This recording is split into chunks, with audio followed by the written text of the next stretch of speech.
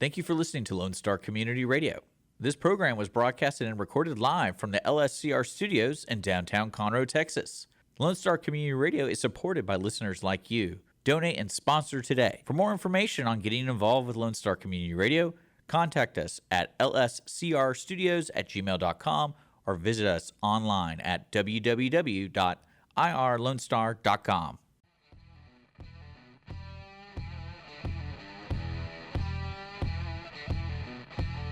Thank you for taking time today to cruise in for Car Club Talk with Robert, Randy, and Dana. Welcome to our home in the Lone Star Community Radio Studios, housed here in Conroe Tower and in the county that's recognized as the originator of the birthplace of the Lone Star flag. Of right? the Lone Star flag, that's correct. Okay. I'm Randy Weldon along with Robert Helmer and Dana Pritchard. And sequestered back in the safe room / sound booth is our sound engineer and producer, Dick Schischler. We are broadcasting from Lone Star Community Radio on 104.5 and 106.1 FM and streaming worldwide on lonestar.com, YouTube, and Facebook. Worldwide? We're worldwide. Okay. We are worldwide. We're streaming. Okay, all right.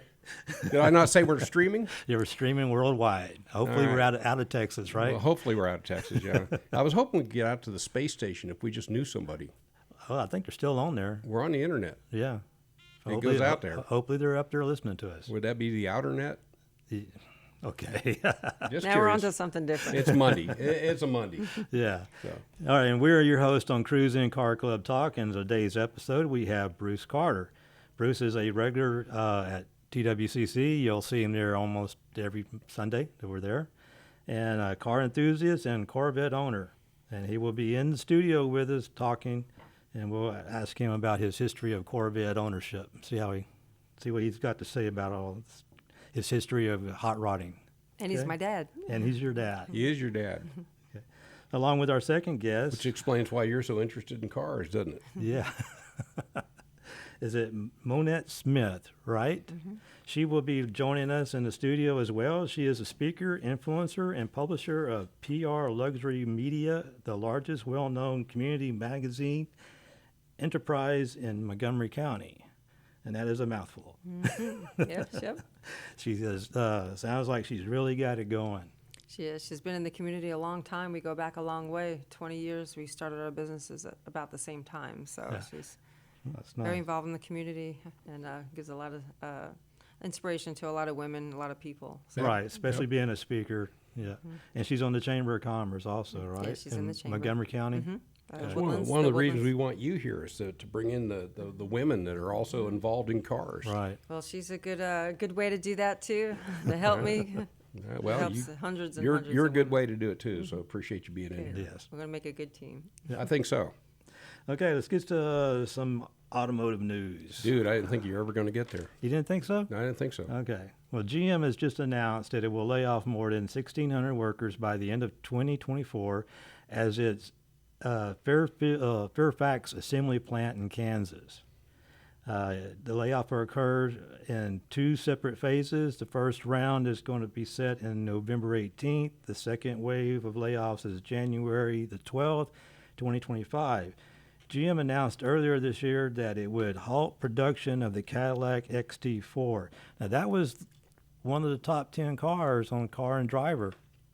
So they are halting the production of that. And what they are doing is retooling the factory for EVs. So there you go. Yeah. EV is going to come out. The GM plans to invest heavily into Fairfax plant to shift towards electric vehicles, $390 million to prepare for the future and produce the Chevrolet Bolt EV. Ooh. Yeah. The Bolt. Yeah. Is that a small? It's a smaller It's EV. not a big yeah. one, I promise Yeah. GM aims to phase out the gasoline-powered cars by 2035 in a response to increasing government regulations. So there you are. It's a weird time right now for automotive manufacturers. They have to make this change and retool, and so they've got to let these people go because there's nothing for them to do right now while they're not producing any cars, while we're changing over to this manufacturing the VVs. So that's typical in manufacturing, though. Yeah. They'll take a factory down to retool it, which basically means rebuild it, right? Right. Yeah. And then they'll hire back later They'll on. hire back, and then maybe a year or so from Yep. whenever they get everything retooled. And second item on the news is everyone needs to keep their eyes on the Chrysler's parent company, Stellantis. And our third story on this company, Italy, the government has started talks with Chinese automotive manufacturers to join the company to attract more manufacturers and to increase their production in Italy. So Well, you may have a Chinese connection with Dodge. Clearly, increasing profits has nothing to do with it, right? Well, I guess it's all about profits I and would think keeping it is, everybody in Italy busy, even though sales are down. Sales are down and all around the world in automotive. So to keep pumping them out when you're not selling them, that's just kind of weird. Have you looked at the lots as you drive up and down the freeways? They're full, man. Yeah, they're full. Yeah. But not only that, people are buying vehicles that are older. I mean, They are. they're going back They are. to the mid 2000s. The used car market is the hot market right now. Yep. Okay.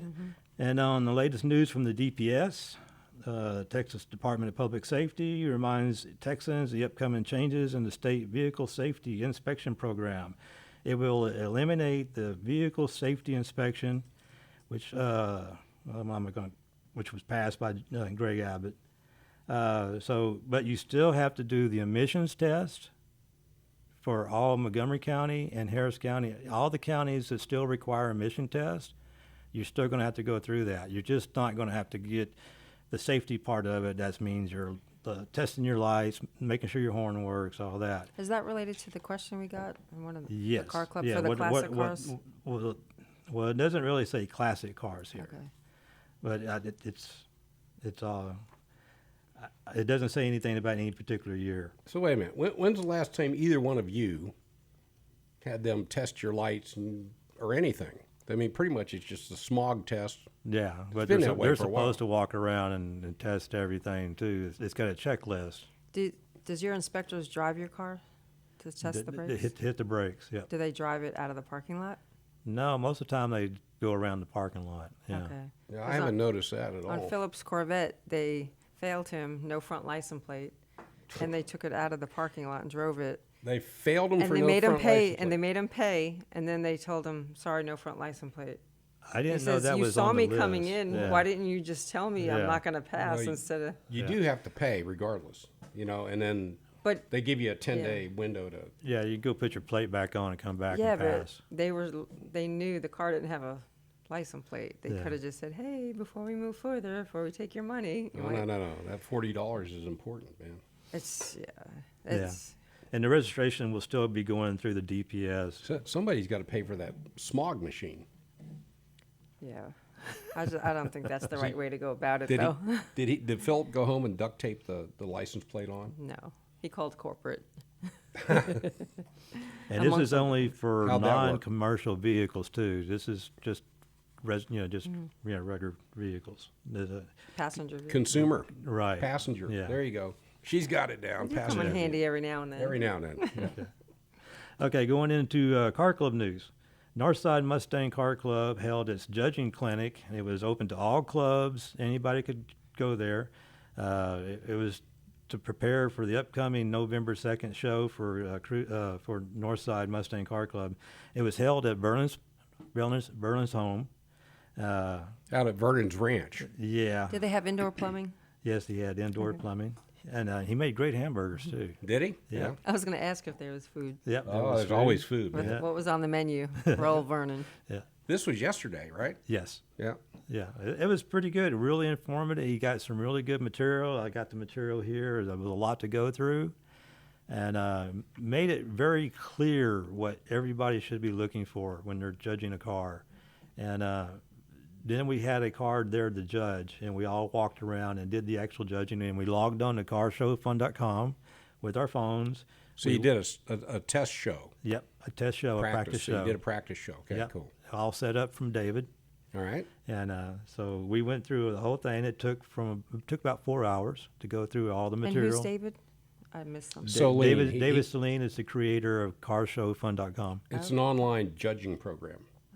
So this way it's fair all across the board. Whoever judges, they just log on to this. Just one log step. on. You Yeah. log on and you do it on your cell phone, and as you complete your judging and click submit, then it tallies automatically. Right. So you don't have to worry about missing boats. That's right. No, and you know if you got a tie right away too, you can go break the tie real quick. So it was really, really informative. After all the judgings were done, we were all within a couple of points difference. So that was perfect. You know, he got what he wanted. Everybody judged pretty evenly then. Evenly, they yes. Clearly You got a very getting a clearer consistent understanding. judging. Yes. You know, that's the key, and what Vernon's trying to do there is continuing to hold these clinics, trying to get everybody on the same page judging wise, so everybody's judging at the same level. Right. Well, I like what our other guest said on Friday, where he said nobody from the board or from the actual club judges the cars. So Right. that's an important aspect Yeah. to go along with that. Very much so. Yeah. So there's different ways. You know, I've seen it done all kinds of different ways. You ask another club to come in and do the judging, or you ask the judge another club to come in and then judge the club's cars. You would separate the club's cars and have another club come in and judge. We had the Conroe Cruisers come in to judge the Northside board members' club cars at one time. So, if you want to do this, he's holding one more, October the 27th, and it's open to anybody that wants to come. Any car clubs, they want to get on board with this and see this material. It's very well written out and very detailed. October the 27th, and go to the Northside Mustang Car Club's website for more details. All right. NorthsideMustang.org, right? .org. Does it have an events page on Facebook, right? I haven't been there in a long time. I don't know. Okay. Okay. Oh, yeah. No, And just there's to- an events page, yes. Right. Just to reiterate, it's not learning how to judge the Mustangs only. No, that's No, correct. it's all, Okay. yeah, it's all cars. Yeah. Because this show in the fall is open to all makes and models. so- Right. Okay. Car show events, October the 13th, Best Automotive in Kingwood, Texas. We've been announcing this one for a couple of weeks now. It's hosting an open car show at the Town Center in Kingwood, Texas, and on Kingwood Drive and Lake Houston Parkway. It's always a great show and nice little park too. So it's got some good restaurants around it too. That's important. Yeah, lots to eat. Wolf Creek Park, October 19th and 20th. It's a 2-day show. Coast Springs, Texas. Nice park also around the lake. Open to all cars. For more info, go to coastsprings.org. October the 27th, Sam Houston Corvette Club is hosting its Corvette car show at Town Green Park in the Woodlands. This is a Corvette-only show, right? Yep. And can we back up to the 5th and 6th of October? What could possibly be happening on the 5th and 6th? Well, on the 5th, isn't there a show at? Yeah, but that's not gonna. This will air Okay. after that. Okay. Yeah. That's why I always forget. That's why I Okay. didn't go there. Gotcha. Good point. Yeah.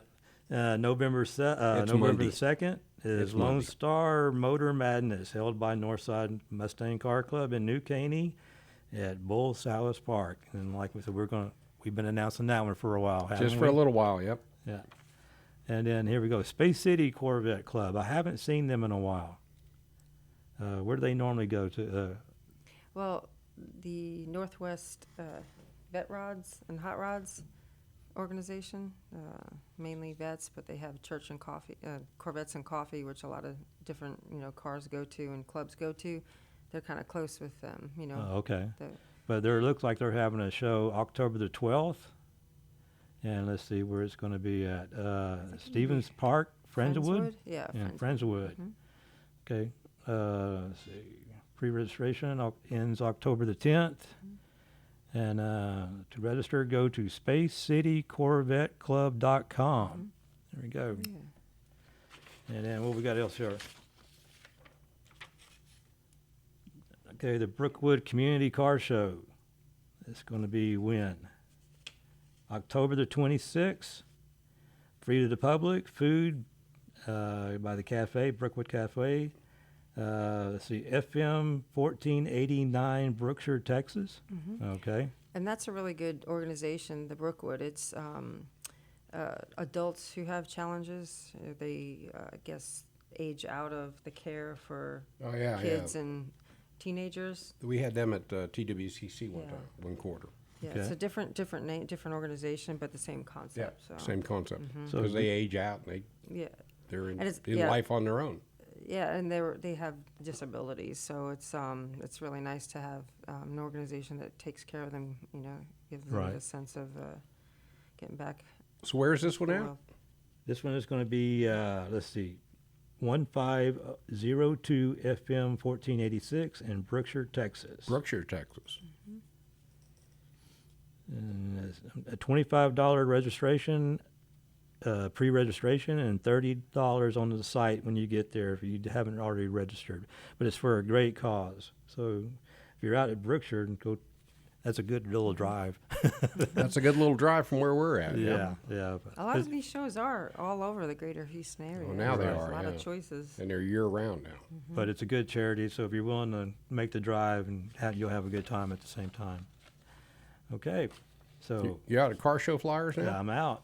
Dude, what did you do last night? You must have slept a little bit or something. No, this is about 4 hours right here.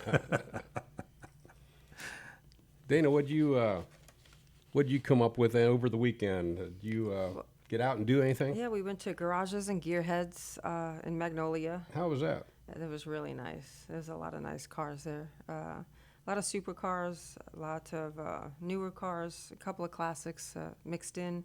But they have a really nice facility. Yeah. And those garages you can purchase and build out to a man cave. So Right. it's just unbelievable how they build these out. You know, Well, that's just what they are, custom right? built. They're man caves, Yeah. basically. Yeah, or they even have a commercial section where they have businesses, some automotive things. Oh, like sure. Paint correction and whatnot. Yeah. But they had vendor booths there, which I did make a few contacts in the automotive industry who may be interested in being a guest to come on and talk about their services. So That'd be great. that's nice. Yeah. So I got a list of those, and then also some other clubs were there as well. And then I went to Sunday Corvette Church. That's over in Champions Forest area. And there's about 40 or 50 cars that show up. Not only Corvettes, a lot of different cars come to that. So is that It's growing. Yeah. they're really like it's Corvette? It's church? No, it's just Okay. a parking lot. Just curious. But they call it Corvette Church because you're missing church to go to. It's Okay, on all a right, Sunday. Yeah, it's on a Sunday morning. Yeah. I think 9 o'clock starts. Yeah, that's why I always tell people when they ask about TWCC or they're like, I've got to go to church, so I can't be there. I'm like, well, that is our church. Yeah, Yeah. so that's why they call it Corvette Church, and it's from the Northwest Houston and Vette Hot Rods. So it's a Corvette mainly organization, but they Okay. invite all cars are welcome. And they started out with just a handful of cars, and now they have over 40, 50 vehicles that come, and it's nice. It's a big shaded oak tree in that parking lot, and there used to be a coffee shop there, but it closed down. So So no coffee. no coffee, but there's McDonald's right across the street that people walk to, Okay. go back and forth. The ever popular McDonald's coffee. Yeah. Yeah, or sometimes they'll have a vendor to bring coffee out. So, but it's nice to see the different people that mix and mingle. you Yeah. know. And I'm starting to hear a lot more Corvette clubs. I didn't know there was so many. There are lots Oh, of I them. think there's a few of them around. Yeah. And did anybody make the Nifty 50s all Mustang night? Not me, man. No. Missed that. But I did see the pictures on Facebook, and it looked like it was a really good crowd. They always have a nice- We were dragging my car on Saturday out to Greg's garage, and on Sunday moving Yoda into the house. So. Yeah. And Greg Garage, we've advertised him once before. He is a great mechanic. Seemed like a nice guy. Did he seem like he was real thorough? He was telling you everything Oh, that's yeah. going on with the Yeah, car? everything he was going to do is kind of how he's going to approach it. Where's he located? In the middle of the big thicket. It's not that bad. He's in Midway, or Security, what we call it. Yeah, he's a little bit east of Cleveland. Yeah. Okay. Yeah, that's why it's called Midway. It's 15 miles to Cleveland or 15 miles to Conroe and 105. But I got to tell you, man, that's out in the woods. Yeah. He is out in the woods. You got to know how to get there. So Yeah. Thank God GPS works out there. Well, when you go see him, you can drop by, say hi to me. I'm right down the street from him. Next time I'm stopping in for a beer, buddy. That's going to happen. I guess we ought to get out of here for some station recognition, and then we'll come back with our first guest. All right. This is Cruisin' Car Club Talk on Lone Star 104.5 and 106.1 FM. Or for those who have watched or wandered outside the listening area, we can be streamed around the globe on irlonestar.com, YouTube, or Facebook. And we'll be right back with our next guest.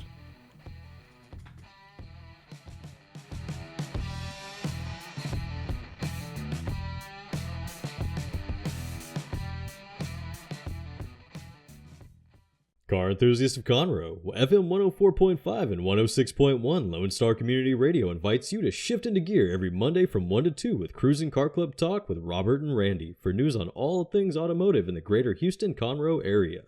Can't make a live show? We've got you covered. You can find all of our uncut content, including full episodes on Spotify, iTunes, Play Store, YouTube, Facebook, and irlonestar.com. Again, that's Mondays 1 to 2, Cruisin' Car Club Talk with Robert and Randy. See you there.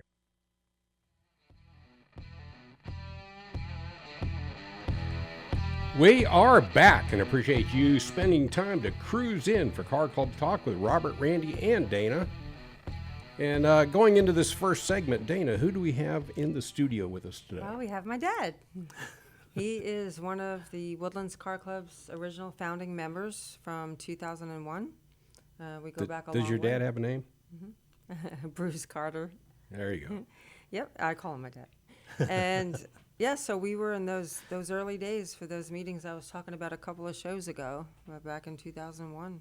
It was just a group of car lovers that got together and decided, hey, let's meet on a Saturday night with our classic cars. It started out as classic and vintage cars, and then moved over to everything. But yeah, Dad's been a Corvette enthusiast, lover for from his whole entire life. So I was going to the drag races all over the world, pretty much, and had a really good experience growing up with being introduced to cars. Yeah, it might explain why she had that shop for the last couple of decades, huh? Yes. Yeah. Yeah. Well, you had your own shop when you were younger Oh, did you? in New York. Well, yes, in New York. I was born and raised in New York City, and I was always a car enthusiast.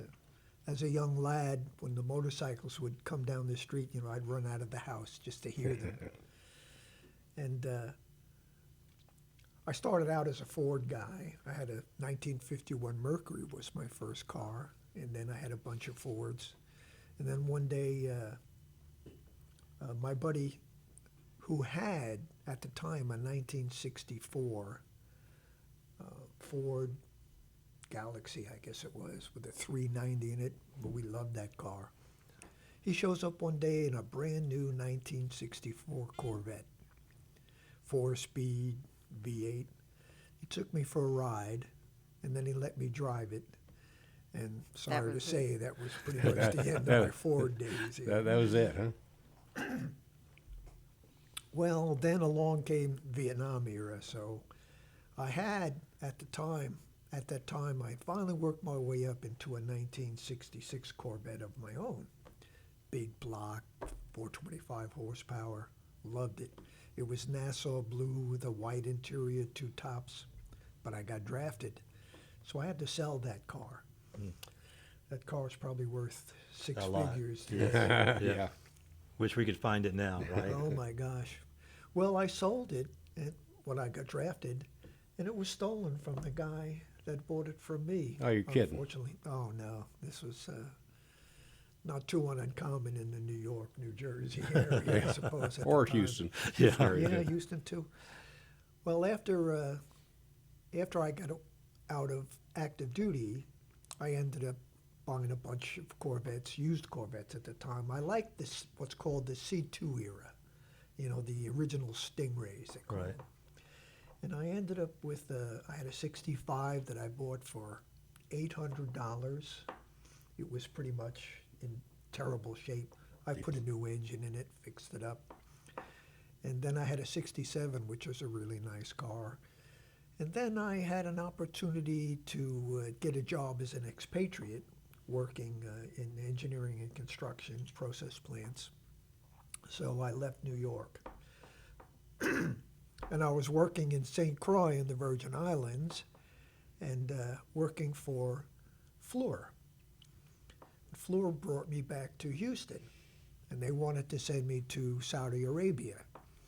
But at the time, I still hadn't finished my engineering education had been interrupted. So when they brought me back to Houston, I decided that, well, I didn't want to go to Saudi Arabia. So I went back to New York, and the headhunter that had gotten me my previous 2 jobs said, I want to make you my first hat trick, my first guy that I've placed 3 times. A three-peat. Yeah. He said the company, there was a company that had moved from New York to Houston, a company called the M.W. Kellogg Company. And I said, well, I know that company because my very first job in New York was with a competitor of Kellogg. And he said, well, they're having interviews here in New York for jobs in Houston. I said, oh, that sounds good to me, because at the time, 1976 now, Houston was just booming. It was booming. It back was then. great. Yep. And I had been there the previous year with Fluor, and I said, well, they got good schools there. It's easy to get around. You know, I could go to night school, finish up my education.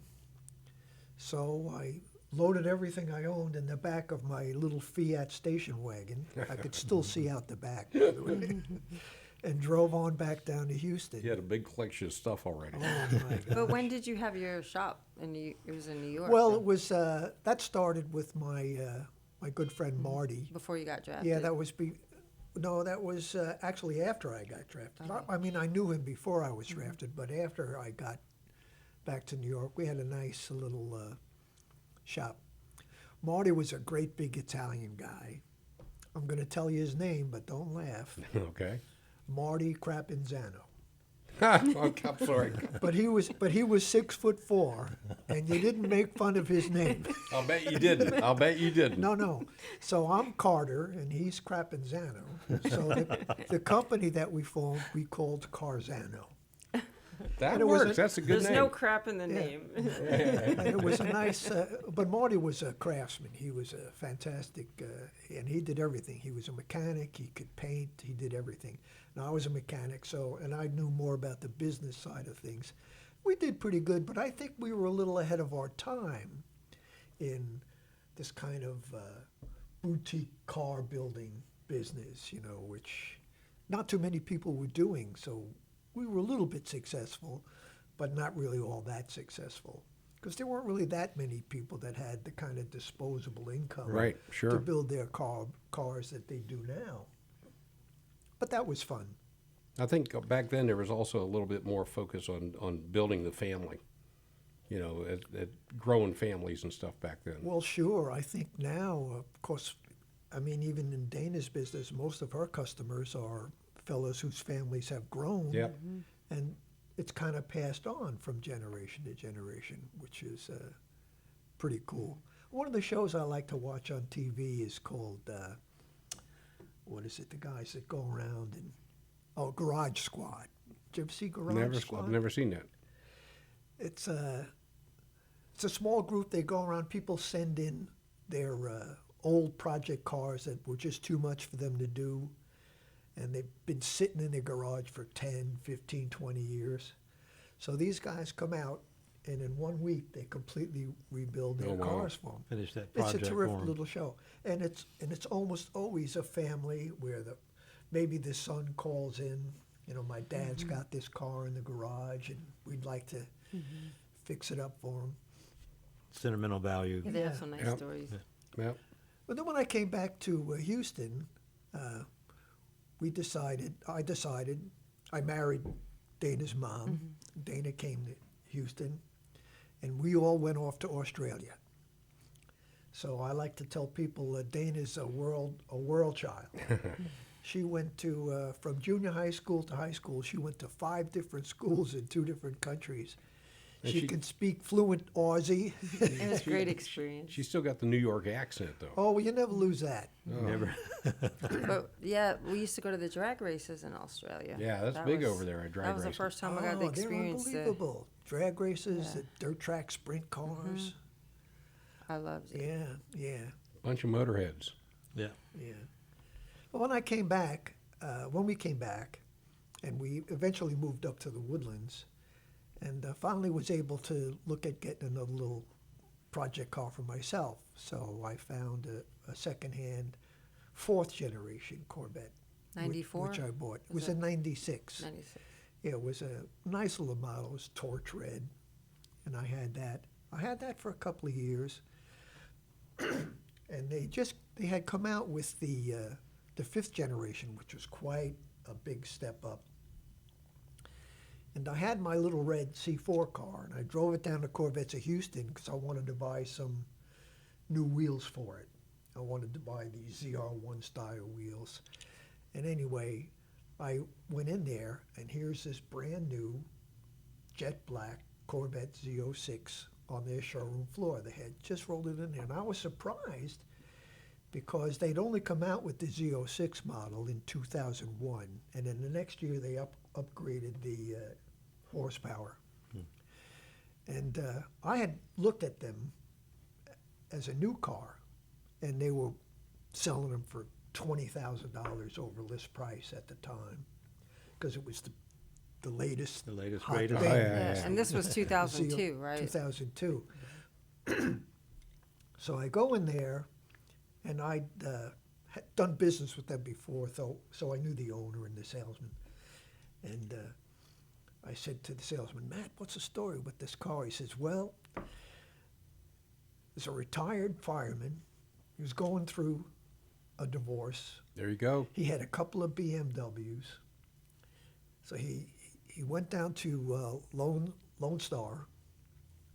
Shark, Chevrolet, and they had the Z06. He traded in the two BMWs for the Z06, drove the car for a couple of weeks, put 400 miles on it, sold it to them for cash because he wanted to get the cash. So I bought this car as an 02 with 400 miles on it for pretty much right around the list price of a new one. Had 400 miles on it. And I remember one of the members of my Corvette club had been in there. They had just put the car out, I think, that day. And one of the Corvette club members was in there trying. He says, I'll come back tomorrow. And Matt told him, says, well, you want to put a deposit on it? And he didn't do it. I showed up that afternoon, and I bought it. Left with it. And he was so mad at me. I'll bet he was mad at you. I still have that car. So is this the one you build out into a drag car? Oh, my gosh, did I ever. Fast forward to 10 years. Oh, Is yeah. this too Over the next 10, 15 years. Let me see. By around 09, I was pretty much had it put together. I had built up a what was called an LS7 engine, which was the next generation. It's a 7-liter engine specific to the C6 Z06. Well, I had sourced a long block from late model engines, but it was built up. It had an overbore and all, Callie's crank and all sorts of modifications. I had sourced some trick flow heads for it. And, oh my gosh, I went crazy. And in the end, that car dynoed on a chassis dyno at 580 horsepower. Wow. And of course, I put a nitrous shot on it, which I could move it up to 250 horsepower, but I never went more than 150.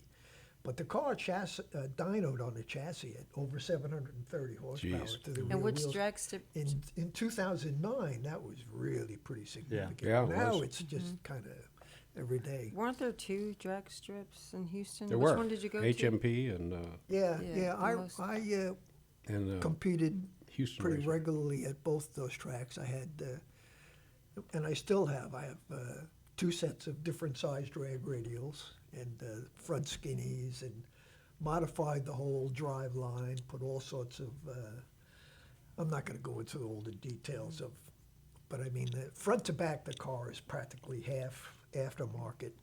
I just remember a lot of conversations at the dinner table. Yeah. Every time he took it to the track, my mom got something for the house. I'll bet she Because did. Because it was in my shop right after the track. Truth be told, Corvettes are not really very good drag race cars. I mean, I never really had a lot of consistency with it. I guess the car would run in the 1080s at about 134 miles an hour. Now, 134 miles an hour for a drag race car is a 9-second car. Yeah. But I never could get there. It's a stick shift car, and I wasn't going to power shift it because I broke enough parts on the car already that I wasn't going to do that.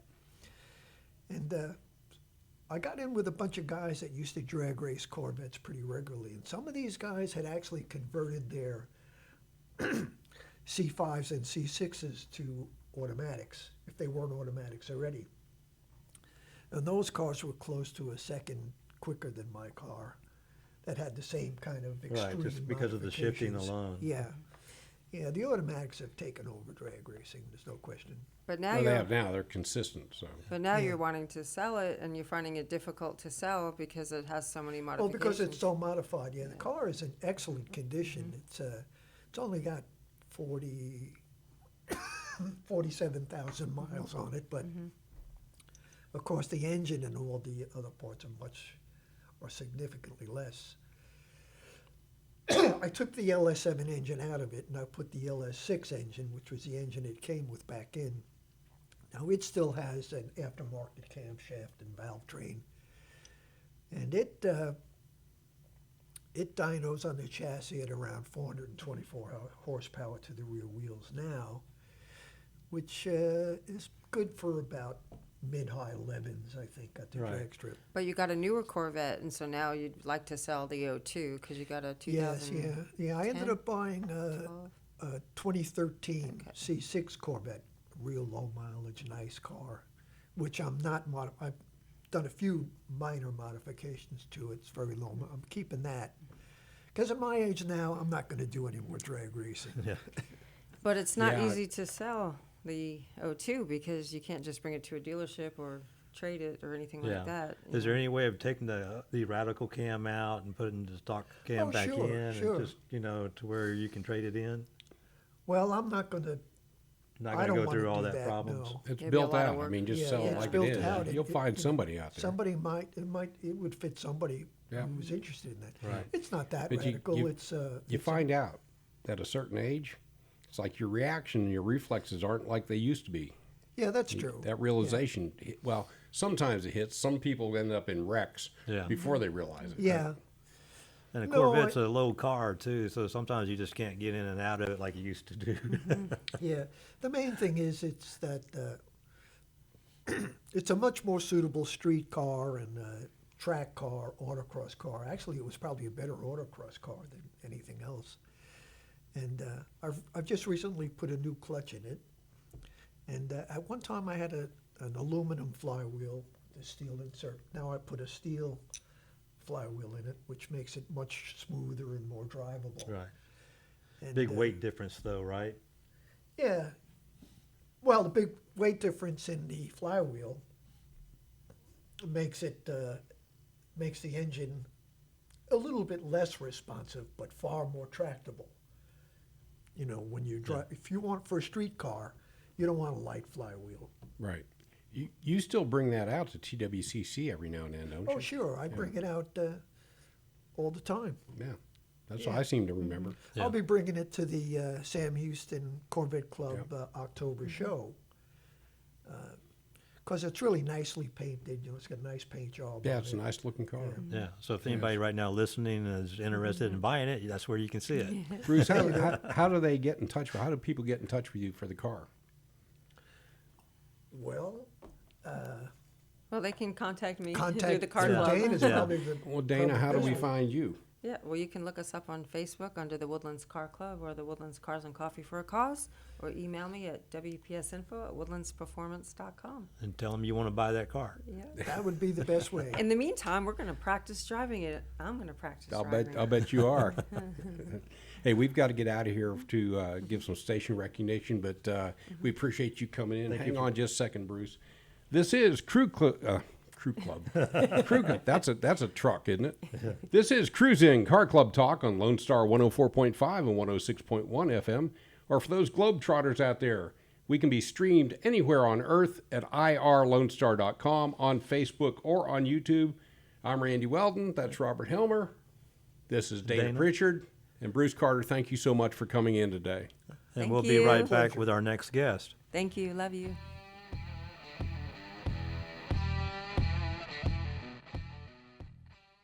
Every Friday, tune into Texas Ticket on Conroe's 104.5 and 106.1 FM with Armando Nino of Gull Lake Conroe, focusing on Montgomery County area events and places. Get a feel of the Texas spirit at the event, paired with guest and vendor interviews, event coverage, and ticket giveaways, and so much more. Join us Fridays and punch your Texas ticket. For more information on the show, visit irlonestar.com/Texas Ticket.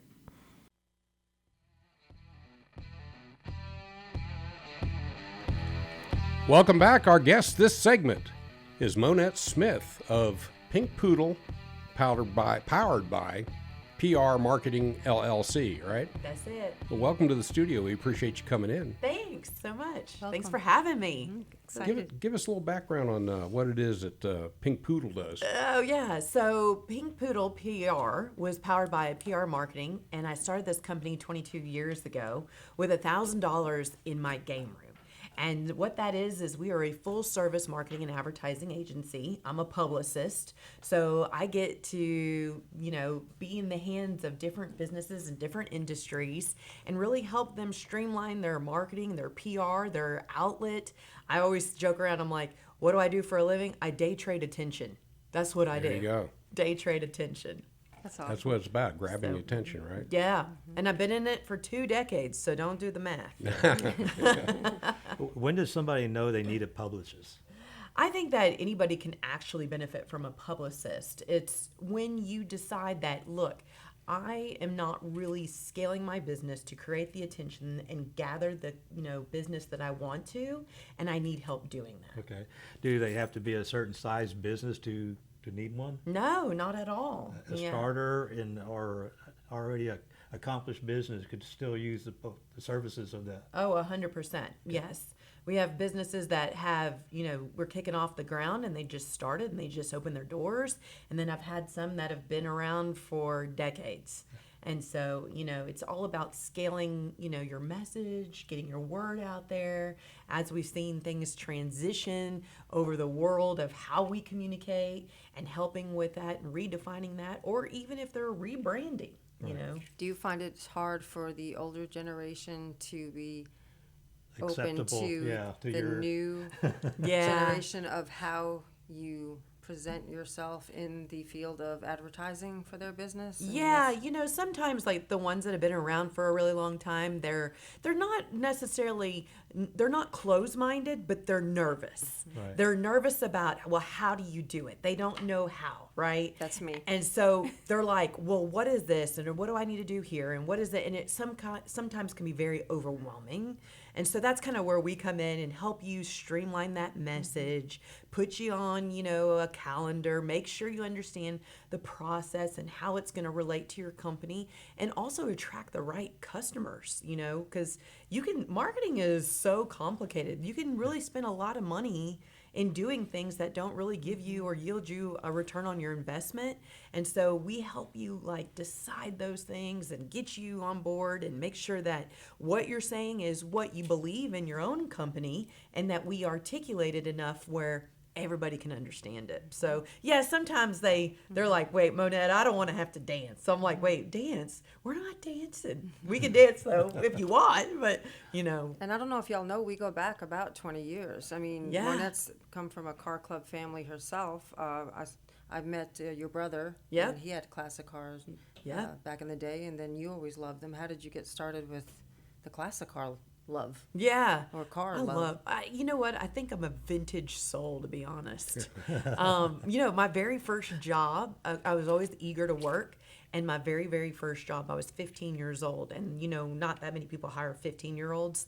And believe it or not, I got hired by an antique auctioneer in antiques. In Houston? In Conroe, right here in Right Conroe. here in Conroe. Right here in I Conroe. think I know that place. And so I was the girl, they would do the auctions with the antiques, and I was the girl that wrote down what you won and how much you were gonna have to pay, and it was really like the kickstart of love for vintage and antiques. But I think what the most I love is things with a story, because I'm a storyteller. So anything that has a story, I absolutely love. And my husband, who he claims he's vintage, he's like, honey, I'm vintage too, but he loves classic cars, has always been a car guru. And I've always loved the fact that, he loved that. He, puts his hands all over those type of cars. And together we have this common, bond where we can share like both of the loves and stuff. So that's kind of how we got into it. And it's pretty fun. Yeah, because they used to bring their cars out back in the day too. And what cars have you had through the years? Oh my gosh. I've had a 69 Dodge, well, I still do. I have a 69 Dodge Charger RT with a 440. I've got a 54 Chevy. I've got a Grand National. Yes. The fastest car of the 80s. Yes. Black. Is it black? Yep, it's Yeah, of black. course. It was black. And from what I heard, at one time it beat the Ferrari. I don't know. I'm going to have to fact check that. I'd have to look that up. Yeah. I- Yeah. And so we've had Cuda, we've had Camaros, we've had all kinds of things. And You haven't mentioned Mustang yet, but okay. yeah, well, we haven't had a Mustang yet. That's the number one selling car. Or is it? Yeah. Oh, man. Well, there's more sold out there, but there's also, they've been in production longer than any other car. Yeah, I love me a good Mustang. Are your kids involved in that? Oh yeah. Pass that Oh on? yeah. So I'm a mom of two boys, and they're How old all. are they? So I have 23 and 13. Oh, wow. 10 years apart. Wow. So of course they. What I love about them too is that they're such hands-on. Like our kids can literally change oil, talk shop all day long, which I think is kind of rare. That's great. Yes. Rare now these It days. is this day and age. Yeah. So. Which one are they both driving the 440? Oh yeah, no, maybe I don't know. I'd be in some deep trouble if I Yeah. had a 440 to drive around. Yeah, they love. I mean, I love it because when we go to classic cars, minus the 13-year-old, but he can drive if I let him. Of course. But we all take a car, and we all show up, so it's real cool. Like we try to make it a family function if they're around. But they think that they're going to get away. Unfortunately, these things are so cammed out that we can hear them if they Right. try to sneak out. Yeah, when they come rolling to Market Street, waking up the honeymooners at the hotel. Yeah, like my 54 Chevy, so I have a 1954 Chevy. That's the picture I sent you, the teal. Pickup Yeah. truck? This pickup truck, right? Pickup truck, okay? And this was a 4-year restoration. And went really slow with this.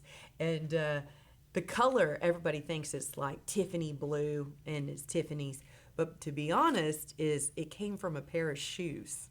So I Oh, wow. sent them a pair of shoes, and I said, you have to match it off this color of shoes, which happens to be like the Tiffany blue.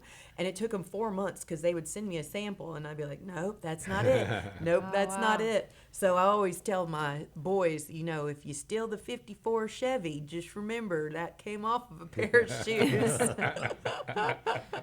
pretty awesome. funny. So, and it has a glitter steering wheel. there you go. So I had to kind of, Put your boss own babe it touch up on a it. little Yeah, bit yeah. so they wouldn't take it. Yeah, that's what we call her, boss babe. She's a boss babe. Yeah. There's Yeah. got a friend in Beaumont, Texas, who Pam. but Cliff, her husband Cliff was driving, and she's got her car blinged out. Does she? He got pulled over by the police. Oh, And I mean, it's the same thing with the glitter steering wheel and all that stuff. License plate cover, everything, and the cop is like, "This is your car?" Yeah, that's exactly what he asked him. Yeah. So, yeah. yeah. I even have like the glitter in the seats, you know, Oh, yeah. with the turquoise, tufted seats That's and stuff. beautiful. And it's really fun, but I do have it all cammed out. So when I come to the show, it's like you know. And nobody expects Monette to step out of it, I can tell you. Yeah, I'm sure, yeah. We'll have to pay attention next time you come to TWCC. Yeah, I love it. Nothing's more satisfying than pulling. Like Dana said, nothing's more satisfying when you pull up and you're all camming out, and it all sounds like it's going somewhere, and then a chick pulls out. Yeah, And they're like, yeah. "What? Oh my gosh!" So. We get you to stop you there at the check-in point for TWCC and then put it in neutral and rev the engine a little bit. Yeah.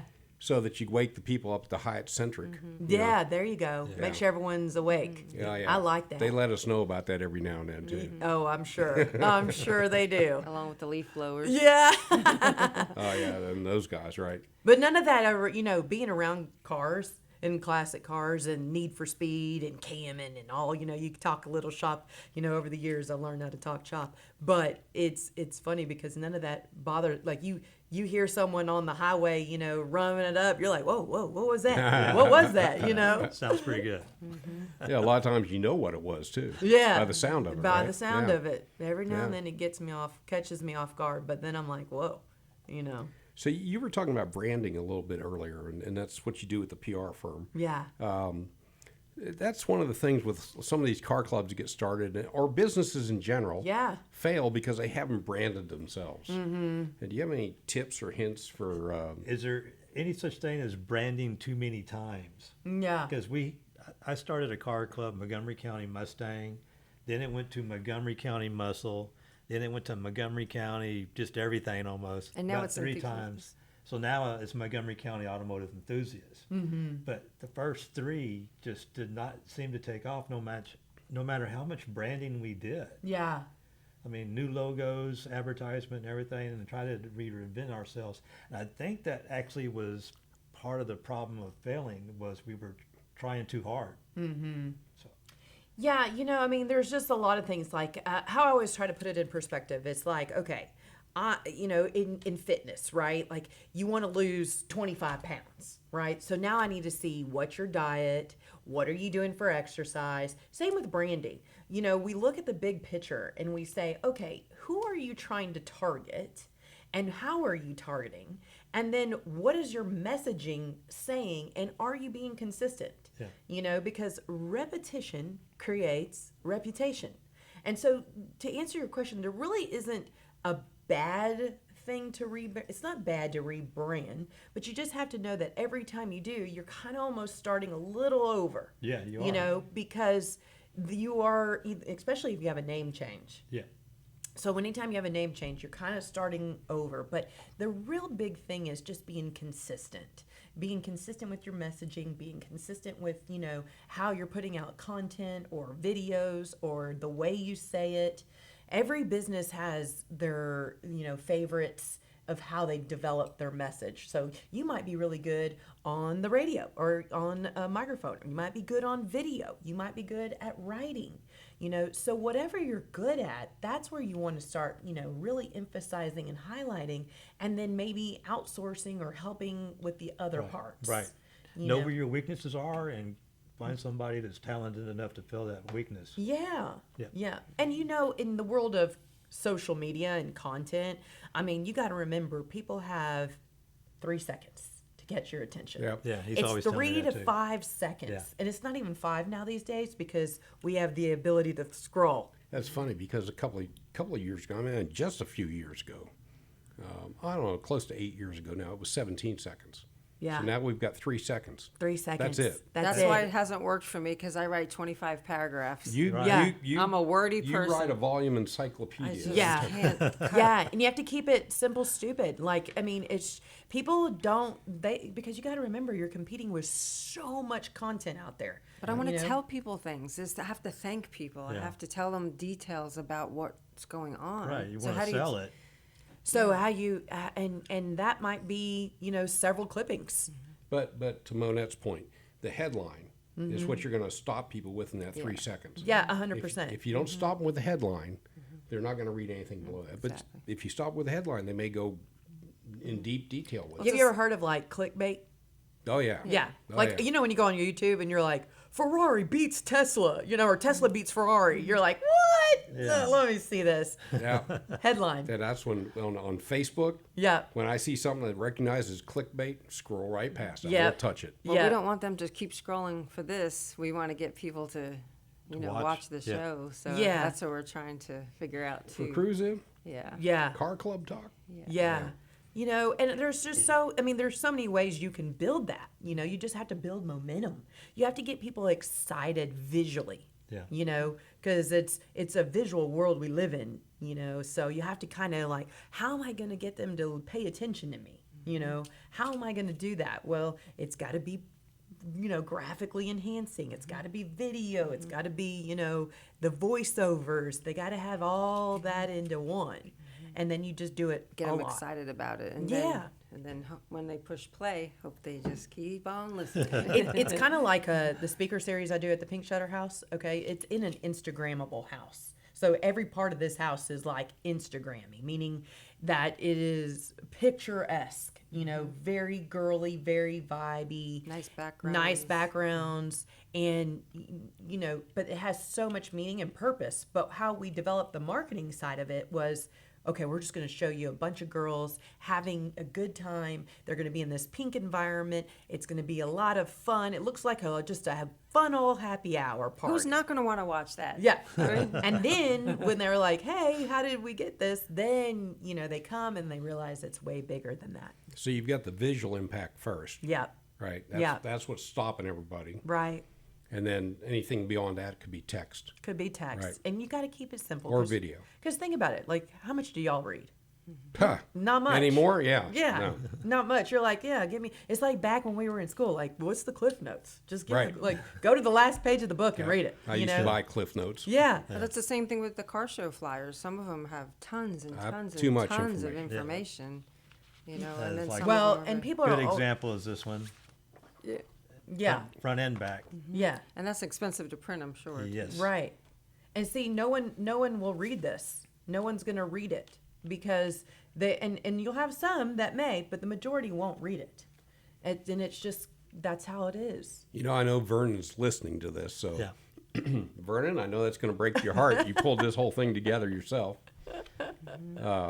But you should listen to Monette. Yeah, yeah, Vernon. Yeah, he's the part of the Northside Mustang. He's the president He's of the the club president. right Yeah. Yeah, he's the designer of this flyer. But just think of it like this, and I'll put it in car terms, Vernon.